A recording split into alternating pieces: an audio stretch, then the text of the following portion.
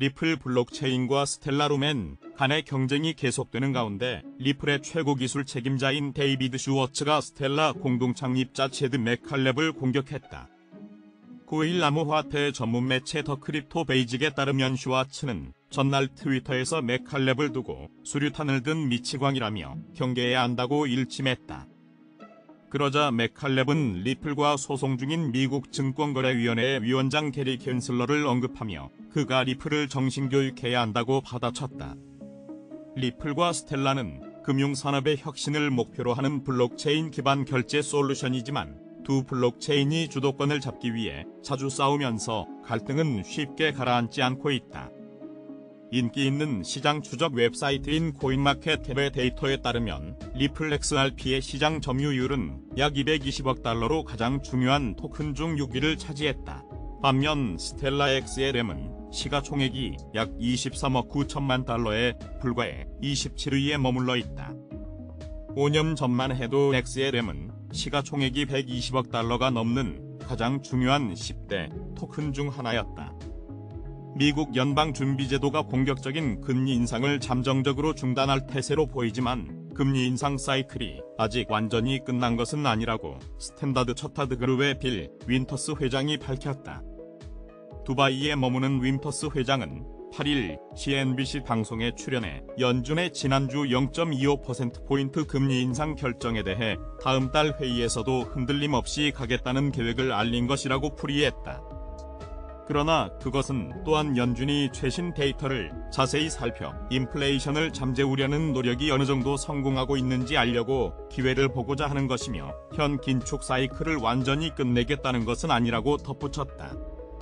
그는 이어 연준이 여기로부터 분명히 중단할 것으로 생각한다면서도 하지만 나는 그들이 인플레이션 수치가 정말로 내려가는지 확인해야 할 것으로 생각한다고 여지를 남겼다.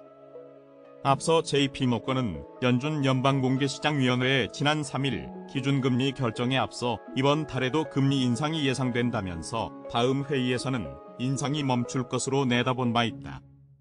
연준도 이달 회의에서 향후 금리 동결 메시지를 내지는 않았으나 시장 일부에서는 조건부 금리 중단으로 받아들이기도 했다.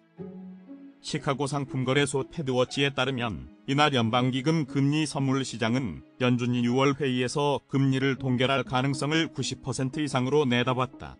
연준이 금리를 0.25%포인트 인상할 것이라는 비율은 10%에도 미치지 못했다. 윈터스 회장은 또 연준이 특별히 우려하는 것으로 임금 인상을 지목하고 연준이 금리 인상 사이클을 완전히 끝내기 전에 강력한 일자리와 임금 증가세가 완화했는지 확인하기를 원한다고 설명했다. 윈터스는 통상적인 임금 인상 사이클로 통제를 되돌릴 수 있다면 연준이 여기서 멈출 것으로 생각한다. 하지만 아직은 끝난 것은 아니다라고 강조했다. 그는 연준이 결국 인플레이션을 통제 아래 두고 금리 인상을 멈추었을 때 미국과 다른 곳에 서서히 영향을 줄 것이라며 특히 아시아에서 성장에 탄력이 있을 것으로 전망했다. 한편 그는 이날 두바이의 한 컨퍼런스에서는 높은 인플레이션이나 고금리로 인해 어려움이 있겠지만 미국에서 심각한 경기 침체를 기대하지는 않는다면서 한동안 마이너스 성장은 가능하다고 말했다고 로이터 통신이 보도했다. 또 미국 은행 부문에 대해 우려하지 않는다면서도 은행의 대마불사와 관련해서는 이번 은행 위기 이후 재검토할 필요가 있다고 덧붙였다. 암호화폐 대장주 비트코인의 3만 달러 저항 돌파가 여전히 쉽지 않은 상황이다. 그러나 글래스노드 데이터에 따르면 비트코인의 거래 수수료가 9.61달러에 도달함과 동시에 2년 만에 최고치를 기록한 것으로 나타났다. 또 글래스노드는 4월 이후 비트코인 블록체인의 거래 수수료 결제 금액이 450% 급등한 350만 달러를 넘어선 사실을 확인했다. 이에 암호화폐 전문 매체 크립토타임스는 비트코인 거래 수수료가 지난 며칠 사이에 급등한 사실에 주목하면서 그 원인으로 최근의 민토큰 열풍을 지목했다. 매체는 갤럭시 리서치의 데이터를 인용 5월 2일 비트코인 전체 거래 중 50%가 BRC20 토큰 거래와 관련되었다는 분석 결과를 전했다. 특히 많은 누리꾼에게 밈으로 유명한 개구리 캐릭터 페페를 테마로 한 BRC20 토큰이자 밈 토큰 세계에서 도지코인의 입지를 위협하기 시작한 페페코인이 큰 영향을 미친 것으로 드러났다. 페페코인은 한 달 만에 시총 10억 달러를 돌파하면서 제2의 밈 토큰 광풍과 함께 암호화폐 시장의 파급 효과를 불러일으켰다. 게다가 페페코인은 크립토닷컴, 바이낸스, 쿠코인 등 대형 가상자산 거래소에 상장되면서 투자자가 장기 투자할 만한 충분한 여지를 제공했다. 덩달아 거래 수요와 수수료도 폭등했다. 여기에 오디널 토큰, 피자, 문, 펑크 등 다른 BRC20 토큰 거래 인기도 영향을 미쳤다. 한편 글래스노드는 비트코인 블록체인 이외에도 이더리움 블록체인도 밈 토큰 광풍의 영향을 받은 사실에 주목했다. 글래스노드는 최근 이더리움 네트워크의 거래 수수료가 연간 최고치인 16,722TH를 기록했다는 자체 추산 결과를 공개했다. 시가총액 6위 암호화폐인 리플은 지난 일주일 동안 8% 넘게 떨어지며 0.42달러대로 크게 후퇴했다. 블록체인 기반의 해외 송금 플랫폼 리플의 고유 토큰 XRP는 9일 오후 1시 35분 현재 코인마켓캡 기준으로 24시간 전 대비 2.73% 하락한 0.4253달러에 거래되고 있다. XRP는 지난 7일간 8.20% 떨어졌다. 대장주 비트코인은 2.15% 하락한 27,640달러를 기록 중이다. 이는 일주일 전보다 1.20% 낮은 가격이다. XRP 가격 하락은 비트코인을 비롯한 암호화폐 약세장의 미국 증권거래위원회 대리플 소송의 결과에 대해 투자자들의 불안감이 더해졌기 때문으로 풀이된다. 이와 관련해 브래드 갈린하우스 리플 최고 경영자는 전날 두바이 핀테크 서밋에서 리플이 미국 세크 소송 비용으로 2억 달러를 지출하게 될 것이라고 밝혔다. 이어 게리 캔슬러 세크 위원장을 언급하며 리플이 아랍에미리트로 확장하는 동안 미국은 크게 뒤처질 것이라고 유감을 표했다. 한편 갈린하우스 CEO는 이날 트위터를 통해 리플은 두바이로 사업을 확장하고 있다. 메나 지역의 시민 20%가 암호화폐를 이용하고 있고 이곳은 규제 체계도 차근차근 마련되고 있다. 두바이는 암호화폐 혁신이 활발히 일어날 수 있는 글로벌 금융 허브로 부상하고 있다고 밝혔다. 미국 최대 암호화폐 거래소 코인베이스의 브라이언 암스트롱 최고 경영자는 8일 본사를 해외로 옮길 수 있다는 기존 입장에서 한 발 물러섰다. 암스트롱 CEO는 이날 두바이에서 가진 CNBC 방송과의 인터뷰에서 코인베이스는 해외로 이전하지 않을 것이라며 우리는 언제나 미국에 있을 것이라고 말했다. 그는 지난달 영국 런던에서 열린 핀테크 컨퍼런스에서 미 규제 당국의 강도 높은 규제를 이유로 본사를 해외로 이전할 수도 있음을 내비친 바 있다. 그는 당시 규제가 계속된다면 미국에서 다른 곳으로 이전하는 것을 포함해 해외에 더 많이 투자하는 옵션을 고려할 것이라고 말했다. 이는 미 증권거래위원회가 코인베이스를 포함해 가상화폐 업계에 대해 미등록 증권 판매 혐의 등 전방위로 조사를 벌이고 있는 데 따른 것으로 보인다.